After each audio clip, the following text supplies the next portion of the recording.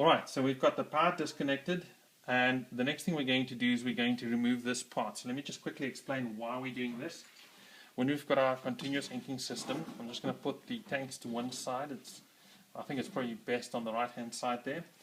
So the cartridges are obviously going to install in there, right? And we need to go somewhere with these tubes. So I've looked at various different ways of doing that. You can obviously just have it running outside here, but then this door doesn't close properly. So what we're going to do is we're actually going to remove this cover here, and we're going to allow this tube to run and come out there, so that when you actually see the tube, when this door is closed, you will see the tube comes out right about there, and then we'll secure it with one of those clips, and your ink tanks will be on the right hand side of the printer. So that's pretty much what we're going to do, and I'm going to start with that quickly now. Let's put this to one side.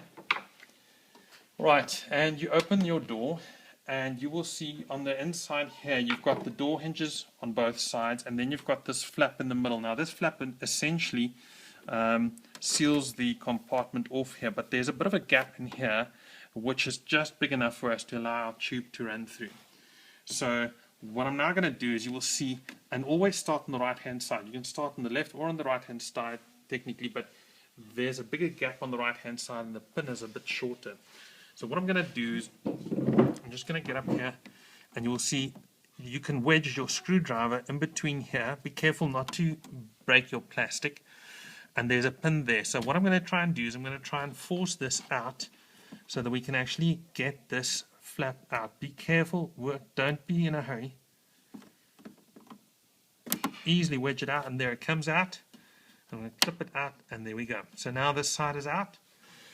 So this gives us a little bit more space to work on this side. I'm just going to turn it slightly so it's easier to work with. Now what I'm going to do is I'm going to push this there. You're still going to need to wedge this a little bit with a screwdriver. So just wedge it a little bit, and there we go. And it's out. So now we've got this open.